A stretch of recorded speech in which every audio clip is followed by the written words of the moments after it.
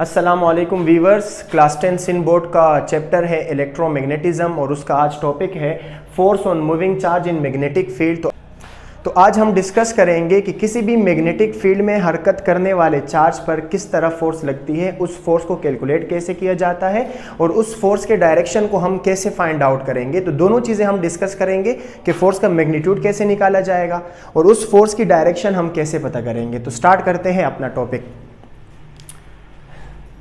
Student, हम जानते हैं कि जब कोई भी चार्ज हो और वो चार्ज अगर रेस्ट में हो, तो जब कोई चार्ज रेस्ट में होता है तो उसके इर्द गिर्द सिर्फ और सिर्फ होती है इलेक्ट्रिक फील्ड। क्या होती है? इलेक्ट्रिक फील्ड होती है।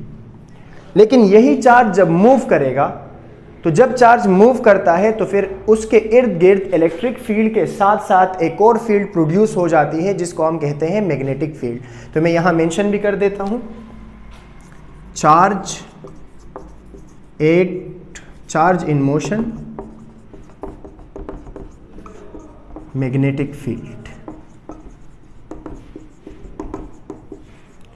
जब कोई चार्ज रेस्ट में होगा तो सिर्फ और सिर्फ क्या होगी? इलेक्ट्रिक फील्ड होगी। लेकिन जब यही चार्ज मूव करेगा, यही चार्ज जब हरकत में आएगा, किसी रफ्तार से मूव करने लगेगा, तो फिर इलेक्ट्रिक फील्ड के साथ साथ इसके इर्द गिर्द एक और फील्ड प्रोड्यूस हो जाएगी जिसको हम जानेंगे, जिसको हम कहेंगे मैग्नेटिक फील्ड। अब होगा क्या? अगर इसी मूव करने वाले चार्ज को हम किस चीज में रख के? मैग्नेटिक फील्ड में रख के,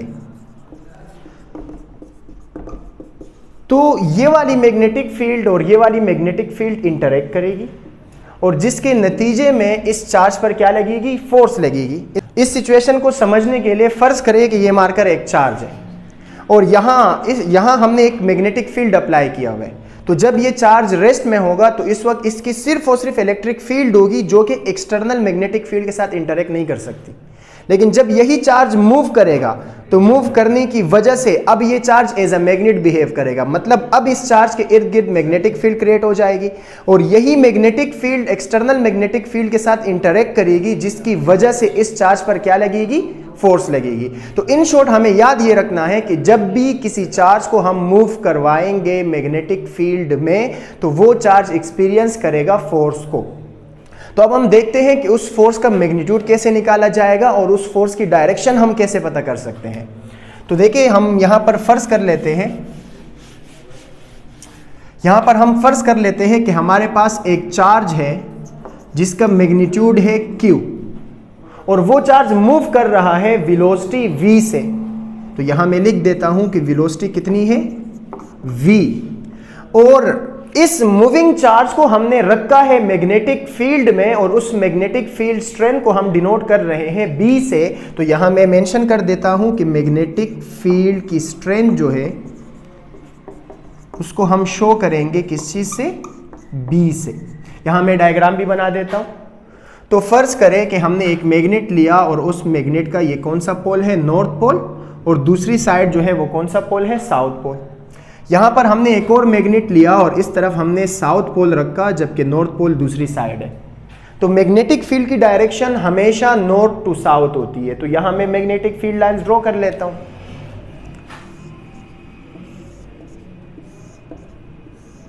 ये हमने ड्रॉ कर ली मैग्नेटिक फील्ड लाइंस और यहां मैं साइड पे लिख लेता हूं B का मतलब होगा कि ये B डिनोट कर रहा है इस मैग्नेटिक फील्ड की स्ट्रेंथ को।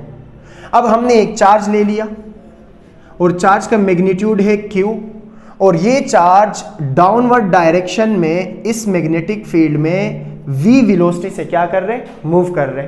अभी हमने पढ़ा कि जब भी कोई चार्ज मूव करेगा मैग्नेटिक फील्ड में तो वो एक्सपीरियंस करेगा फोर्स को। तो देखते हैं कि उस फोर्स का मैग्नीट्यूड हम कैसे कैलकुलेट करेंगे। तो फोर्स जो इस पर लगेगी उसको हम शो कर रहे हैं F से और लगने वाली फोर्स बराबर होगी Q times V cross B। Simple ये है कि किसी भी चार्ज जिसका मैग्नीट्यूड Q हो वो रफ्तार v से हरकत कर रहा हो मैग्नेटिक फील्ड में तो उस पर फोर्स लगेगी और उस फोर्स को आप कैलकुलेट कर सकते हो Q times v cross B से। अब यहां समझ लेते हैं कि v क्रॉस B का क्या मतलब है।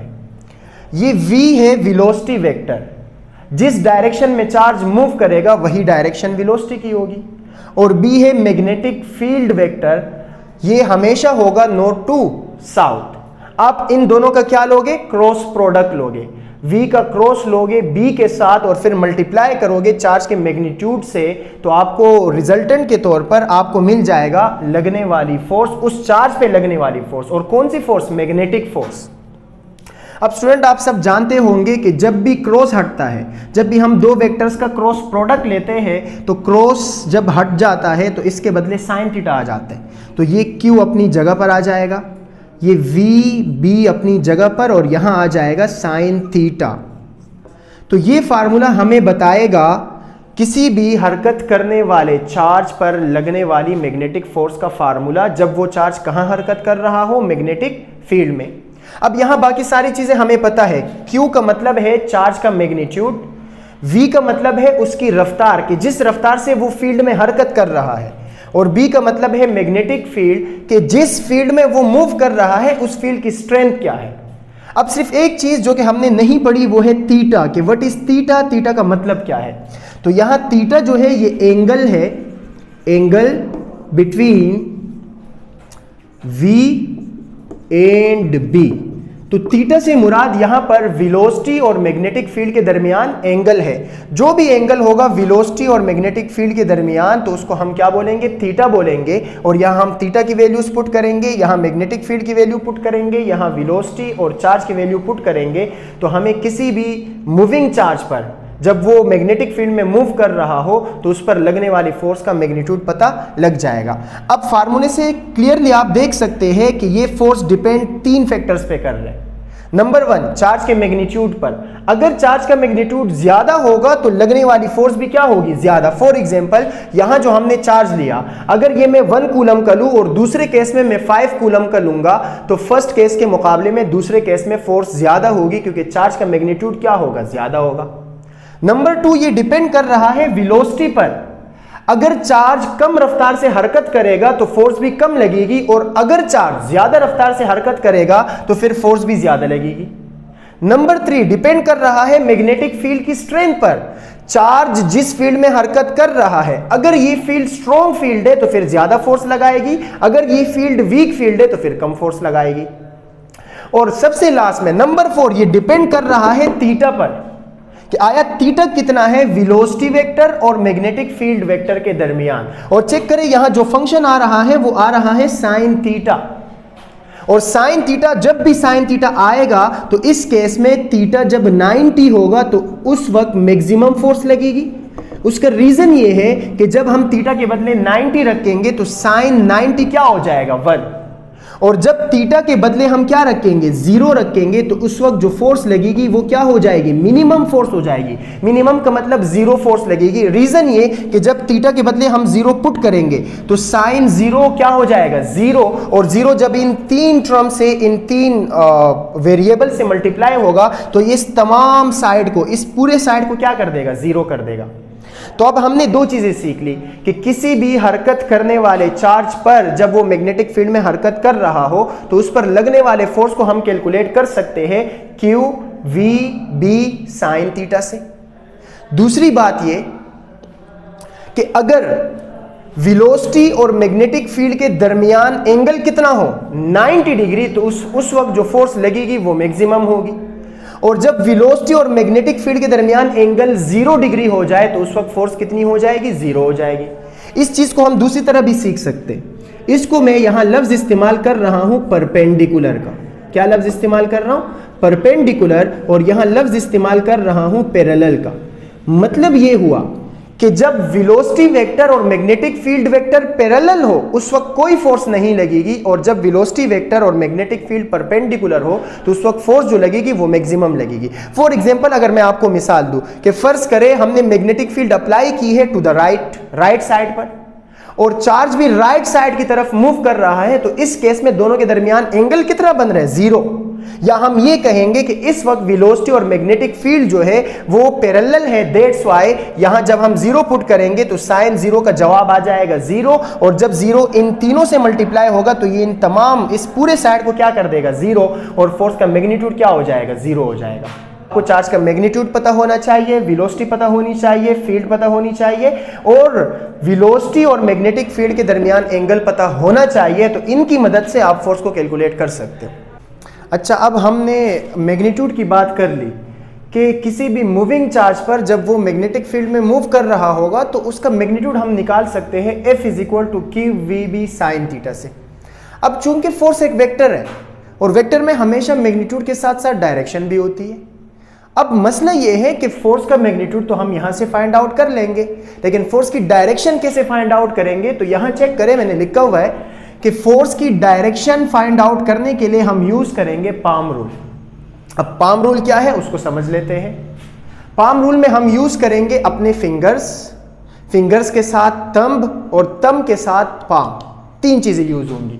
हमारे फिंगर्स यूज होंगे, हमारा थंब यूज होगा और थंब के अलावा तीसरी चीज जो यूज होगी वो क्या होगी? पाम। अब देखिए, मैग्नेटिक फील्ड लाइंस हमेशा क्या होती है? ज्यादा। तो इस तरीके से आप याद रखो कि फिंगर्स जो है ये शो करेगी किस चीज को? मैग्नेटिक फील्ड को। फिंगर्स हमेशा शो करेगी मैग्नेटिक फील्ड को, तब शो करेगा वेलोसिटी को। जिस डायरेक्शन में चार्ज हरकत कर रहा होगा उस डायरेक्शन में थंब को रखेंगे, जिस डायरेक्शन में फील्ड होगी उस डायरेक्शन में हम अपने चारों फिंगर्स को रखेंगे। तो पाम हमें बताएगा फोर्स की डायरेक्शन। अब एक और बात आपने याद रखनी है, वो क्या है कि हम लेफ्ट हैंड यूज करेंगे नेगेटिव चार्ज के लिए और राइट हैंड को यूज करेंगे पॉजिटिव चार्ज के लिए। अगर पॉजिटिव चार्ज मैग्नेटिक फील्ड में मूव कर रहा होगा तो फिर हम यूज करेंगे राइट हैंड, और अगर नेगेटिव चार्ज मूव कर रहा होगा मैग्नेटिक फील्ड में तो फिर हम यूज करेंगे अपना लेफ्ट हैंड। जैसे यहां देखे मैंने कंडीशन बनाई हुई है, फर्ज करें मैग्नेटिक फील्ड की डायरेक्शन टू द राइट है, ठीक है, और चार्ज ऊपर से नीचे मूव कर रहा है और चार्ज कौन सा है? पॉजिटिव। तो सबसे पहली बात, चार्ज कौन सा है? पॉजिटिव। तो डिसाइड करो कि हमने राइट हैंड यूज करना है या लेफ्ट हैंड यूज करना है। यहां चेक करें, राइट हैंड यूज होगा पॉजिटिव चार्ज के लिए, तो मैं अपना राइट हैंड यूज करूंगा। फिर देखें, राइट हैंड में जो फिंगर्स होंगी ये मैग्नेटिक फील्ड की डायरेक्शन में आएंगी। मैग्नेटिक फील्ड की डायरेक्शन कौन सी है? To the right. तो मैं अपने हैंड के फिंगर्स को राइट डायरेक्शन में रख दूंगा। थंब डिनोट करेगा वेलोसिटी की डायरेक्शन। चार्ज नीचे से ऊपर जा रहा है या ऊपर से नीचे? चार्ज ऊपर से नीचे आ रहे हैं तो आप अपने हैंड को यूं रख देंगे। तो चेक करें, fingers are in the direction of magnetic field, thumb is in the direction of velocity, तो palm will tell the direction of force। तो यहां इस चार्ज पर जो फोर्स लगेगी वो बाहर की तरफ लगेगी। यहां मैंने डिनोशन के लिए सिंबल यूज किए हुए हैं। क्रॉस का मतलब होगा इनटू द प्लेन, बोर्ड की तरफ, और डॉट का मतलब होगा आउट ऑफ द प्लेन। तो यहां पर फोर्स की डायरेक्शन जो होगी उसको हम शो करेंगे किस चीज से? डॉट से। डॉट का मतलब ये होगा कि इस केस में जो फोर्स लगेगी वो बोर्ड से बाहर की जानिब लगेगी, मतलब आपकी तरफ फोर्स लगेगी। फिर सेम एक और केस यहां मैंने बनाया है। अब मैंने मैग्नेटिक फील्ड को क्या कर दिया? रिवर्स कर दिया। पहले मैग्नेटिक फील्ड जो था वो टू द राइट था, अब मैग्नेटिक फील्ड क्या हो गया? टू द लेफ्ट, और चार्ज अगेन मूव कर रहा है डाउनवर्ड डायरेक्शन में। अब पता करते हैं कि किस डायरेक्शन में फोर्स लगेगी। सबसे पहले लेफ्ट हैंड यूज करना है या राइट हैंड, उसको डिसाइड कर लेते हैं। चार्ज चेक करें, चार्ज कौन सा है? पॉजिटिव। पॉजिटिव चार्ज है तो हम यूज करेंगे राइट हैंड। राइट हैंड के जो फिंगर्स है ये आएंगी मैग्नेटिक फील्ड की डायरेक्शन में। Magnetic field to the right नहीं है, यहां क्या है? To the left. तो मैं अपने हैंड को यू कर लूंगा, टू द लेफ्ट। अब अगेन चार्ज कहां मूव कर रहे हैं? डाउनवर्ड डायरेक्शन में। तो थंब को कैसे होना चाहिए? डाउनवर्ड डायरेक्शन में। तो मैं अपने हाथ को यूं रख दूंगा।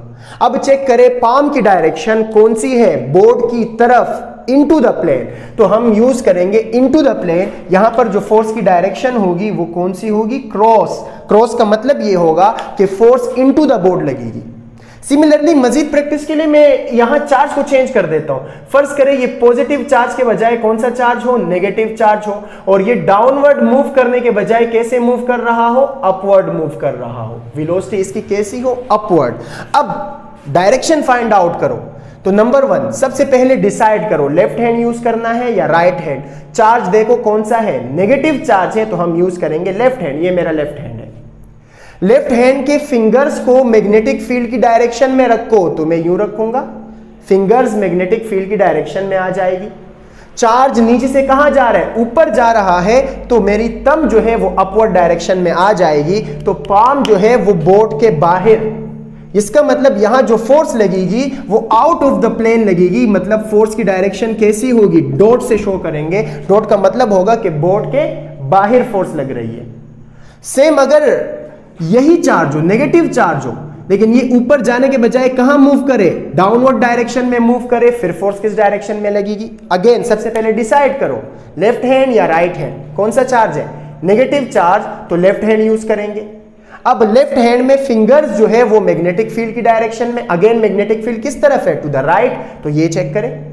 लेकिन अब चार्ज ऊपर मूव नहीं कर रहा, अब चार्ज कहां मूव कर रहा है, डाउनवर्ड, तो तब ऊपर के बजाय कहां जाएगी, नीचे जाएगी। अब मेरा जो पाम है वो बोर्ड को फेस कर रहा है, बोर्ड को फेस करने का मतलब है अब जो फोर्स लगेगी वो इनटू द बोर्ड लगेगी, और इनटू के लिए हम कौन सा सिंबल यूज करते हैं, क्रॉस यूज करते हैं। तो यहां जो फोर्स होगी, मैं यहां क्रॉस लगा रहा हूं, क्रॉस का मतलब होगा इनटू द बोर्ड लगेगी। तो देखिए इस तरीके से हमने मैग्नीट्यूड फाइंड आउट करना भी सीख लिया, और हमने फोर्स की डायरेक्शन फाइंड आउट करना भी सीखी। मैग्नीट्यूड के लिए फार्मूला है F is equals to Q V B sine theta, और डायरेक्शन के लिए हम यूज करेंगे पाम रूल, या लेफ्ट हैंड या राइट हैंड, डिपेंड करता है कि चार्ज कौन सा है, पॉजिटिव है या चार्ज नेगेटिव है।